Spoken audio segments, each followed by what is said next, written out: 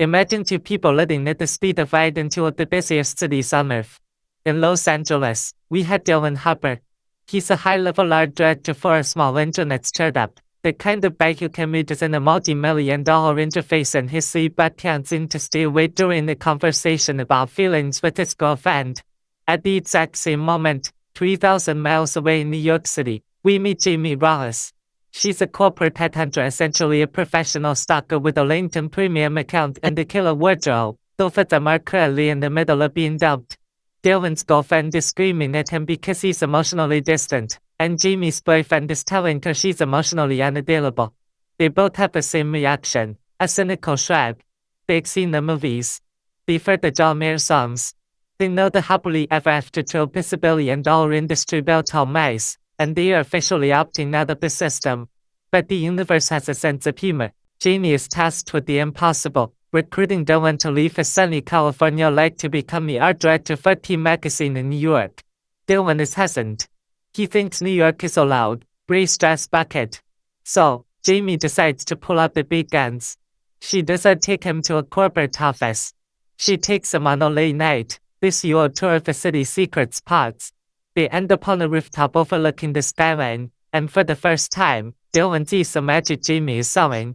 They have this instant, rapid-fire chemistry. They finish each other's sentences. They mock the same people, and they share a deep-seated hatred for romantic coaches. Dylan takes the job, packs his life into a few boxes, and moves to the Big Apple. Suddenly, the two most cynical people in the city are inseparable best friends. A few weeks pass, and the new city adrenaline starts to wear off. They're hanging out on Jamie's couch, watching a generic rom-com starring Jason Segel and Rashida Jones.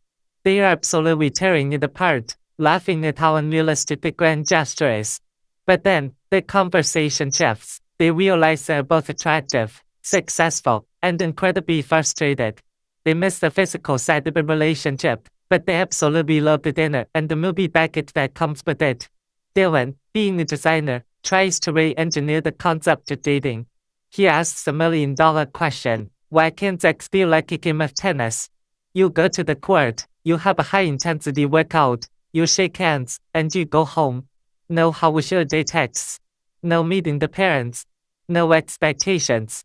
Jamie is skeptical, but she's also tired of being lonely. To make it official and keep it weird, they find a battle app on an iPad, place their hands on the screen, and swear a holy oath to remain just friends.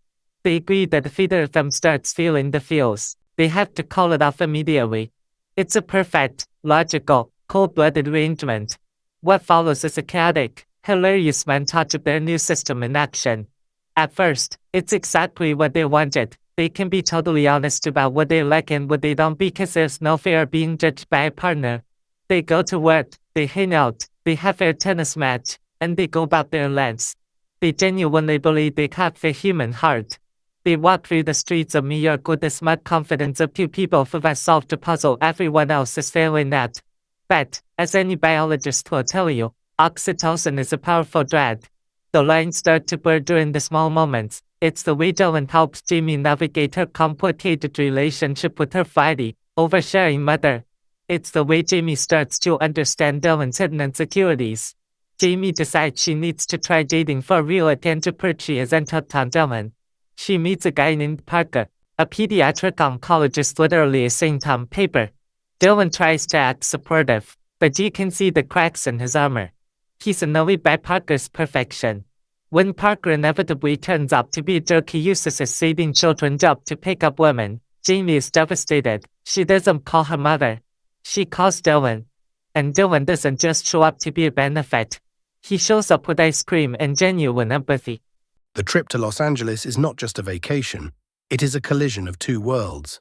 When Jamie arrives at Dylan's childhood home, the cool, detached New York version of Dylan vanishes. She sees him in his natural habitat.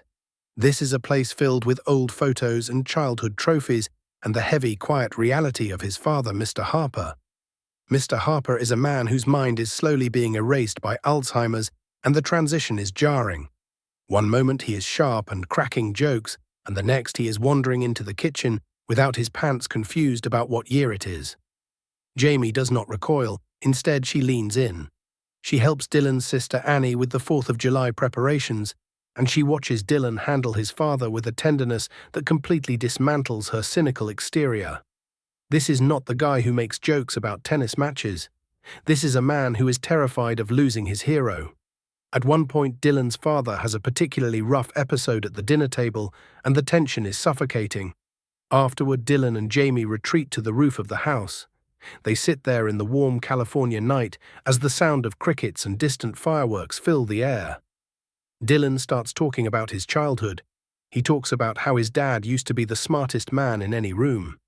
He admits that he moved to New York partly to run away from the pain of watching his father disappear. Jamie listens, really listens, and for the first time, they are not performing for each other. They are not trying to be the wittiest people in the room. They end up hiking up to the Hollywood sign, climbing onto the giant metal letters that represent every cinematic cliché they have ever mocked. Looking out over the shimmering grid of Los Angeles, Dylan kisses her. It is not a benefits kiss. It is a desperate, I need you kiss. But then comes the morning after. The sun comes up, and with it the fear returns.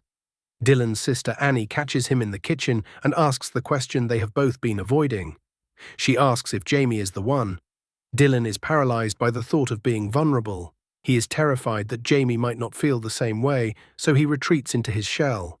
He scoffs, telling Annie that Jamie is emotionally damaged and that they are just distracting each other. He says it is nothing serious, just a New York fling. He does not realize Jamie is standing right behind the door. The silence that follows is devastating. Jamie does not cause a scene. She does not scream. She just quietly packs her bags, catches the earliest flight back to JFK, and disappears. The flight back is 6 hours of agonizing reflection. She looks out the window at the clouds, realizing she broke her own rule. She let herself care. She settles back into her New York life, but the city feels colder. She goes on dates with guys who are fine, but they are not Dylan. She ignores his calls and deletes his texts, and buries herself in work, trying to convince herself that she is better off alone. Meanwhile, Dylan is losing his mind.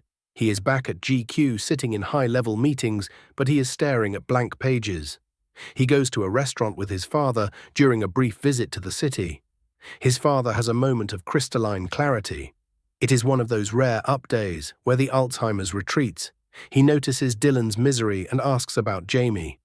When Dylan tries to give his usual cynical speech about how relationships are a trap, his father stops him. He tells Dylan about a woman he loved before he met Dylan's mother.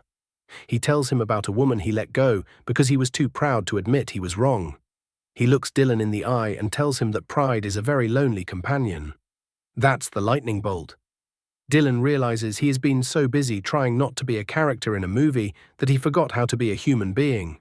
He knows Jamie will not answer a text. He knows flowers will not work. He has to do something so big and so undeniably rom-com that she has no choice but to listen. He spends days coordinating. He reaches out to a dance troupe and he secures a permit. And he waits.